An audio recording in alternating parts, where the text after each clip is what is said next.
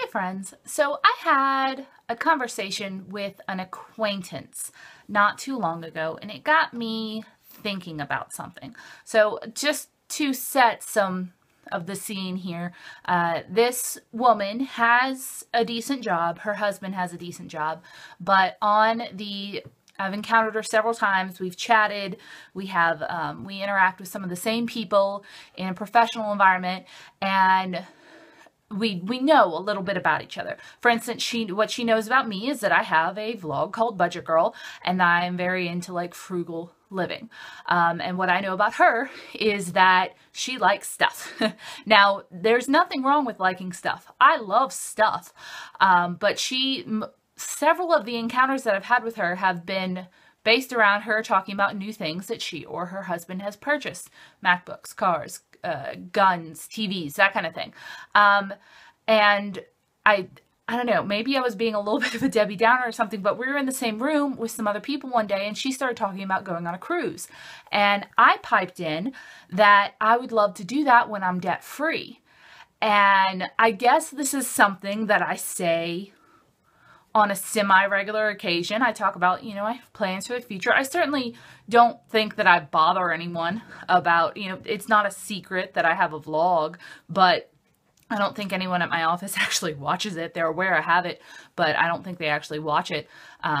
But when I said I'd love to do that one day when I'm debt free, and I think I might have said, I've never been out of the country. And she spins on me and she kind of looks me, point in the eyes, and she says, "What if you die tomorrow?" And it kind of like, I felt punched a little because, well, mortality, I guess, but I didn't have a great answer for her. I kind of like mumbled and felt like I had to defend myself and my lifestyle. And I don't think she's a bad person or anything like that. And I certainly am not going to judge her lifestyle, but it's different than mine. And I don't know her financial situation. She only knows my financial situation because I walk around saying, I have debt, I'm trying to get out of debt. And I just don't keep it a secret in my life. And so when she kind of said that, and it felt a little pointed, to tell you the truth, as she was showing off a new expensive thing and talking about other new expensive things that she had bought, I didn't have a real answer. But it stuck in my head for a few days, and I took some notes on my phone, and I was trying to think of an answer the next time someone was like, "You only live once, man. You gotta go out there and, what if you die tomorrow?" And in my head, I picture like a hippie saying that, and she's not a hippie.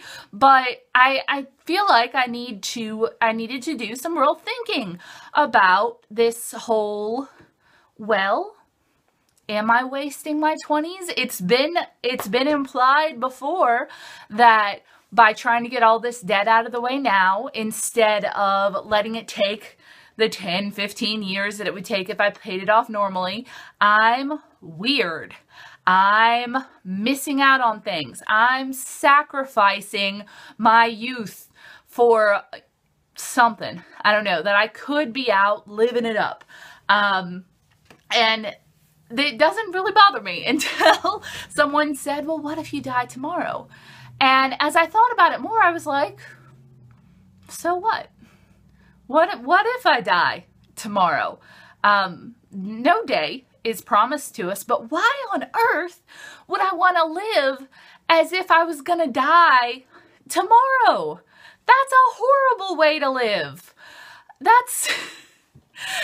Talk about a free pass to just be an idiot is to live as if you're going to die tomorrow. If I were going to live as if I was going to die tomorrow, or, really soon, if I was gonna just die young, and you still have debt. If I were to die literally tomorrow, I'd still have a little over $10,000 worth of debt, and I would never have been overseas, and I wouldn't have done a lot of fun things that a lot of my peers have done, whether they could afford it or not. But not taking an overseas vacation or a cruise would certainly not be the great tragedy of my unlived life. I'll also have never gotten to be married or have kids or, experience being a grandmother or being able to change the world or all sorts of things. But no, sorry. Yeah, not having gone on a cruise I'd really regret that if in the afterlife I had real regrets. That would be the thing. And honestly, if I'm dead, I don't think I'll have cared. I could take a cruise all the time in heaven. I'm pretty sure you're allowed to do that there. But it made me think of the YOLO mindset versus this kind of frugal living, intense, get out of debt thing that a lot of us are doing. Now, yes, we're sacrificing right now. We're saying no to eating out and no to vacations and no to a lot of fun stuff. But should we really instead live like we're only going to live once, which everyone does, by the way? No, I absolutely think I'm doing better. If I die tomorrow, I'll have spent the last several years of my life working extremely hard towards something that I think is really important, and that's breaking the chains of debt and being able to live a free life. That's it. If that's what you have to say at the end of the day, if I have to go tomorrow, I've lived my life working for something, trying hard instead of just partying up. I have no idea which one of those hand symbols. Nah, never mind. No, I'm not implying anything about this woman, but it was a seed. It was a seed that was planted that made me think about really examining this sacrificial lifestyle. And honestly, I think that's a little bit too harsh of a word. I've heard it be used about my lifestyle before, you're doing too much in that direction. I still think I have a lot of fun. Not in Mena so much, but in Hammond, I had a lot of great friends, and we did stuff all the time. We had game nights at my house instead of going out and spending a ton of money.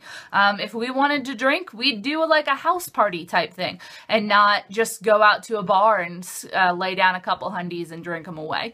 It was. And I still have fun, even though I'm in Mena. I have fun with people online. I have fun with my friends abroad. I took a vacation to California last year to mark being halfway done with debt. Now, also, if I wasn't living this really intentional financial life, I don't think I would have been able to, well, I certainly wouldn't have been able to afford that, but I probably would have charged it up on credit cards. And I guess I could have gone to California on credit cards and visited my friend. But I can't help but think that doing it that way would have lessened the experience. Knowing that eventually all of these credit card bills and all this debt was going to catch up with me because I was YOLOing it up has to have some sort of dampering factor on the amount of fun you're able to have like that. And maybe that's just me. I really think it would for me. Maybe some people can absolutely spend like crazy using money they don't have and never think twice about it because they are trying to live it up where they're young. They'll deal with it later. But I would really prefer to live like I'm gonna see tomorrow and thousands of tomorrows after that. Because if I were to be living that kind of life right now, where I'm just spending hand over fist or getting into debt and, having all these expensive adventures, I'm not going to have a very good future. And if the difference is me sacrificing for a little bit of time now versus eating dog food in a bad nursing home when I'm old and gray, I would certainly rather sacrifice a little bit now so that I have a future where I can do what I want and live with dignity. So am I wasting my 20s doing some intense sacrifices? Yeah, but honestly, I don't think using my 20s to have some expensive, extreme, reckless adventures sounds that much more appealing. I think having a future that's going to be bright, and planning for it sounds a lot better than that, actually. I think that people that live a YOLO type life are scared of the future. I mean, you don't go around saying, you know, I'm going to live like I'm going to die tomorrow if you're looking forward to tomorrow. You don't. But I am looking forward to my tomorrows. I'm going to live my life as if I'm preparing for a fantastic life. And if I don't make it, well, I won't particularly care. And not having been on a cruise will not be the great tragedy of me dying young. I guarantee you that. Instead of living like I might die tomorrow or adhering to a you only live once mindset, I instead plan to live as if I will have many, many tomorrows and that they will be incredibly bright. So how are you going to live?